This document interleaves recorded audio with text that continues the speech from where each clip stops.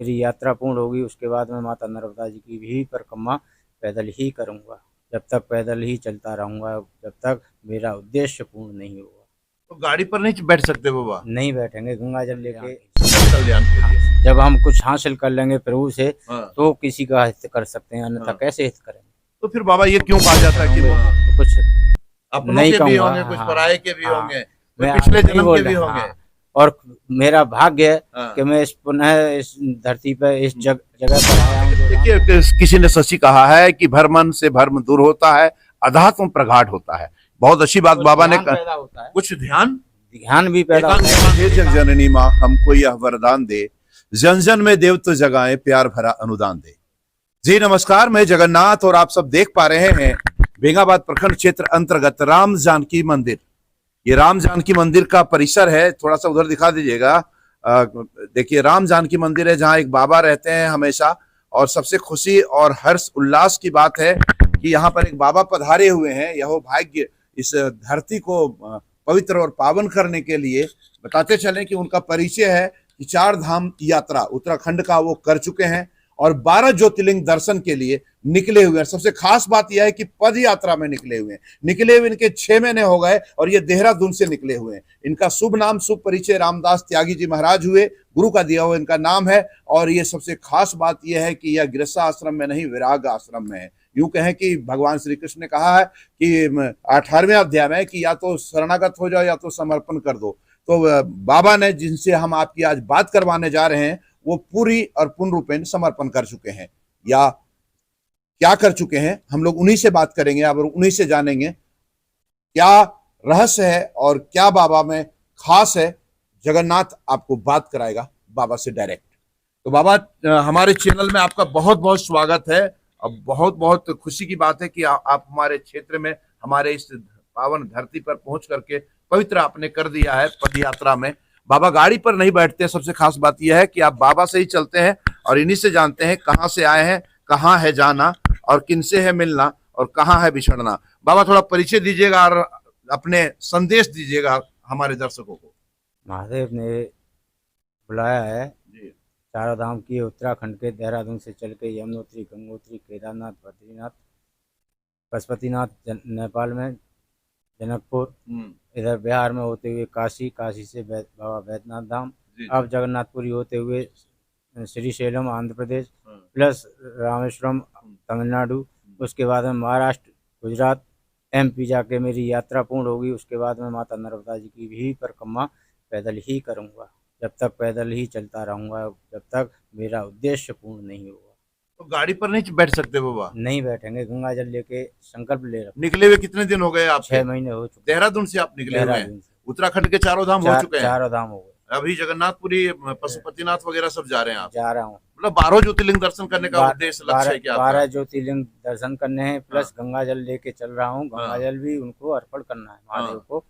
जगन्नाथपुरी मेरे उस ज्योतिर्लिंग में नहीं आती है, लेकिन मेरे भाव थे कि मैं भी जगन्नाथपुरी के दर्शन करूं पैदल ही करना है। पैदल ही बाबा ये 4 धाम यात्रा, 12 ज्योतिर्लिंग का दर्शन और पद यात्रा, आखिर उद्देश्य क्या है? उद्देश्य केवल जन कल्याण के लिए। जन कल्याण के लिए। जब हम कुछ हासिल कर लेंगे प्रभु से तो किसी का हित कर सकते हैं, अन्यथा कैसे हित करेंगे। तो फिर बाबा ये क्यों कहा जाता है कि मोको कहाँ ढूंढे रे बंदे में, तो तेरे पास में, ना काबा में ना कैलाश में। तो फिर पद यात्रा की जरूरत क्या है? परेशान होने की जरूरत क्या है? ऐसी कठिन तपस्या की क्या जरूरत है? जगह जगह के माहौल, जगह जगह के संतों के दर्शन मेरा उद्देश्य है। नहीं तो मैं भी चाहता तो मैं ट्रेन से सफर कर सकता था, लेकिन संतों के भी दर्शन होंगे, कुछ भक्तों के भी दर्शन होंगे, तो कुछ अपनों के भी होंगे, कुछ पराये के भी होंगे, पिछले जन्म के भी होंगे। और मेरा भाग्य है कि मैं इस पुनः इस धरती पर इस जगह पर आया हूँ जो राम जानकी मंदिर है। ये मेरा पूर्व जन्म का कोई संयोग था जो मैं यहाँ आज आके रुका हूँ। इन संत भगवान के, इनकी ये कुछ बाकी थे कुछ पल जो आज मुझे यहाँ निभाने के लिए मिले हैं। मेरी ये राम जी की कृपा है। और इनके ऊपर भी राम जी की ही कृपा हुई कि मैं यहाँ चल के स्वयं आया, ना कि ये मेरे को खोजते हुए वहाँ पहुंचे। क्या बात है। मैं खोजता हुआ यहाँ तक आया। हम लोगों की भी कृपा हुई कि आपके दर्शन हो गए। हाँ, लेकिन देखिए किसी ने सच ही कहा है कि भर मन से भर्म दूर होता है, अध्यात्म प्रगाढ़ होता है। बहुत अच्छी बात बाबा ने, पैदा होता है, कुछ ध्यान ध्यान भी पैदा होता है, एकांत कुछ एकांत एकांत से और भजन करने के लिए भजन एकांत रहता है, क्योंकि साथ में कोई है नहीं तो किसका नाम लेंगे, केवल हाँ। उसी का तो नाम लेंगे केवल जिस उसी। जो गुरु ने दे रखा है, जी जी जी जी जी। गुरु मंत्र क्या बात उसी का है, जाप करेंगे। क्या बात है, क्या हाँ, बात है। साथ में कोई साथी तो है नहीं हाँ हाँ जिससे हाँ कि हम उससे बात कर सकें। हाँ, तो हाँ। हम पैदल चलेंगे तो हम भजन ज्यादा करेंगे, कोई हमारे साथ नहीं रहेगा हाँ, तो हाँ। हम हमारा भजन हुआ। भजन का परम आनंद लेते हुए चलेंगे। बस क्या बात है। तो बाबा मतलब यूं कहें कि पवित्र पावन नगरी यहाँ ही नहीं, जहां ही जाएंगे वहां ही पवित्र हो जाएगी धरा, क्योंकि बाबा निश्चित रूप से मतलब यूं कहें कि अध्यात्म के संबंधित काफी अहम जानकारी रखते हैं। और रहस्य की जो बातें हैं हम लोग कैमरे खत्म के बात करेंगे, लेकिन हम चाहते हैं बाबा से कि थोड़ी सी और हम जानकारी दे दें हमारे दर्शकों को। बाबा, धर्म क्या है, अध्यात्म क्या है, प्रेम क्या है?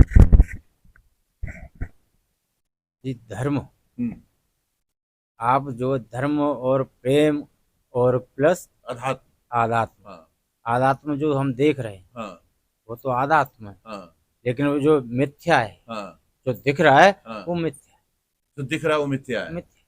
तो सत्य जो क्या है? नहीं दिख रहा है हाँ, वही सत्य, जो नहीं दिख रहा है वही वही सत्य है। सत्य। आखिर इस यहाँ तक कैसे पहुंचे लोग, कैसे इस बारे में जाने, इस रहस्य को कैसे जाने? मतलब नहीं समझा। मतलब अध्यात्म में जाने के लिए, धर्म की ओर जाने के लिए क्या करना पड़ेगा लोगों को, ताकि वो धर्म की राह पर चले, धर्म की ओर जाए? सबसे पहले तो आपको पहले गुरु बनाना पड़ेगा। गुरु बनाना गुरु पड़ेगा। गुरु ही आपको सत्य मार्ग पर लेके जाएगा, हाँ। अन्यथा कोई की सूरत नहीं जो हाँ। आपको सत्य मार्ग पर लेगा। मतलब गुरु नितांत आवश्यक है, आवश्यक है, चाहे वो कोई भी हो। कोई भी हो। उसे गुरु के गुरु बिना- बिन भर भव सागर से कोई नहीं तरेगा। जब गुरु- तक गुरु नहीं, हाँ। जब तक भव सागर से कोई नहीं तरेगा। गुरु नहीं तब तक आपका जीवन शुरू नहीं, शुरू तब तक आप तो ये हाँ, सबके कोई समान भी, है। हाँ, आप कोई भी टिप्पणी कर सकते हैं इसके बारे में। हैं? हाँ, आप कोई भी टिप्पणी कर कोई सकते भी हैं टिप्पणी इसके, कर सकते हैं, लेकिन गुरु नितांत आवश्यक है जीवन में। आवश्यक।